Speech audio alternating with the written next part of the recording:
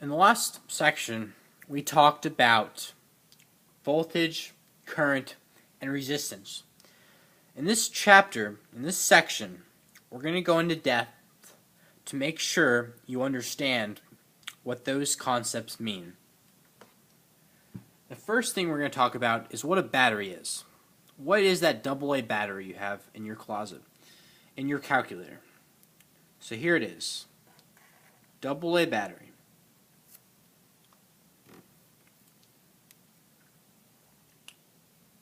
So, it has 2 points, point A, point B. And now we're going to draw the circuit for this. We have a voltage. It has this variable. I know this is new, but just go with me for now. Point B is here again. Same point B, but I'm representing what different points on the battery represent. And then we have a small resistance.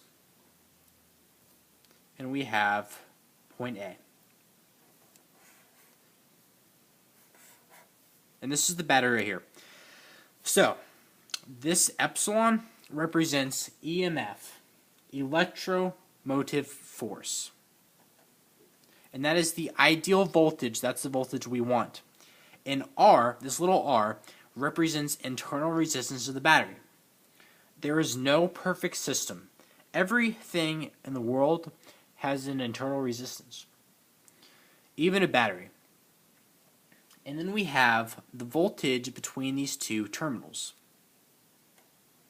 And that is the actual voltage that the battery produces. Because some voltage, there's a voltage drop, some voltage is lost in this internal resistance. Now let's say we connect this battery to a light bulb. And this light bulb has this internal resistance. And we're going to call this capital R. And we're going to have current flowing now because we have a complete circuit. Current flows from the electromotive force, the battery, through the internal resistance out of the positive terminal of the battery, through the light bulb or the resistance, back to the negative terminal of the battery. So, we're going to solve for this now.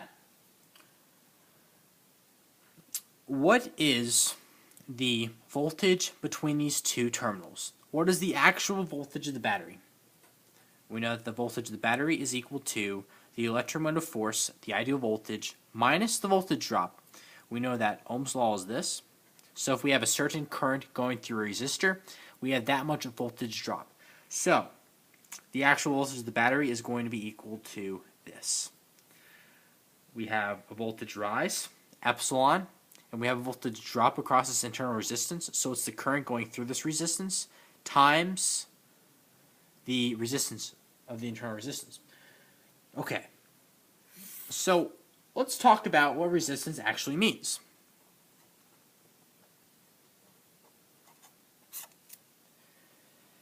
Okay, so imagine we have two pipes.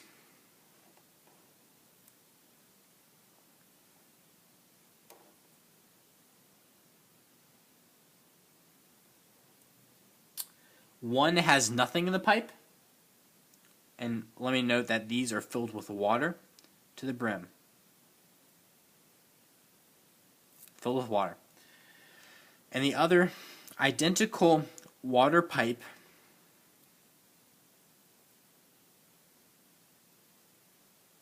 has coffee filters in it. So that's going to resist the flow. And it is also filled with water to the same height. So, let's say we open up the pipe, let water flow. This one is going to have a ton of water coming out. It's going to come out fast, a lot of water is going to come out. And that's because there's nothing in there. There's no resistance in that pipe. But this pipe right here, we're going to have coffee filters in it, so it's going to resist flow. So we're going to have much less water coming out. Think of what's in the pipe as resistors or resistance. Okay, there's another concept we went over resistance, or the number of coffee filters in the pipe. Now we know that current is equal to the number of water droplets, or positive charges moving out of the pipe. So that's current. And then voltage is going to be the height of the water in the pipe. That's going to represent the amount of pressure on the pipe. So the height represents voltage. Using Ohm's law, we can calculate current because we know resistance, the number of coffee filters in here, and the pressure, or the voltage. Okay. Now that we understand the concept of resistance, we're going to talk about series and parallel resistance just like we did for capacitors. First, we're going to talk about series resistance. And that is when resistors are in a row, like this. So we have our voltage source, and we have resistors in a row.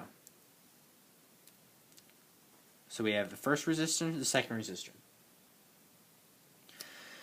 So, calculating resistance is the exact opposite of calculating for capacitors.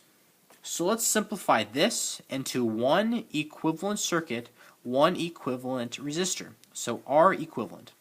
To calculate R equivalent, you add up all the resistors in series. So R1 and R2 are in series, so you add them together. If we would have had three resistors, R1, R2, R3, and we wanted to make an equivalent resistor, make all those resistors just into one resistor. R equivalent would be equal to R1 plus R2 plus R3. Just add these resistors in series or in a row. Okay. There's another orientation that we can have resistors, and that is in parallel. That's when resistors are like this. They are connected to the same node. So current going through here can travel through here or here. So we have R1, R2. And let's take this system right here, and let's make it one equivalent resistor. So let's turn it into this. R equivalent. So to calculate R equivalent, to take these two resistors, make them this one resistor, you do this. 1 over R equivalent is equal to 1 over R1 plus 1 over R2. Okay, so it's just like solving for capacitors in series. But let's say that we have the same system, voltage source, resistor, resistor, resistor. So three resistors in parallel. We have R3, R4, R5. So let's simplify these three resistors and make them one resistor. And we do it like this. This is going to be R equivalent. And 1 over R equivalent is equal to 1 over R3 plus 1 over R4 plus 1 over R5. And that's how you simplify these three resistors in parallel to this equivalent resistor. Now, what do we do? What do we do if we have series and parallel resistors? So let's do an example. So we have these 2 points, and they go to this resistor in series with these 2 resistors in parallel. This has value of 1/3 ohm, has value of 2 ohms, and value of 4 ohms. So you notice that these 2 resistors are connected to the same 2 nodes. These 2 nodes right here. So they're in parallel. Simplifying these 2 parallel resistors gives us an equivalent resistor in series with this resistor. So let's see what happens. We're going to simplify this system into 2 resistors. So we have the original 1/3 ohm resistor. Make these 2 resistors right here into an equivalent resistor, which we're going to call R1. Okay, let's solve for what this R1 value is by taking these 2 in parallel. So we do 1 over R1 equals 1 over 2 plus 1 over 4. And we solve that R1 is equal to 4/3 ohms.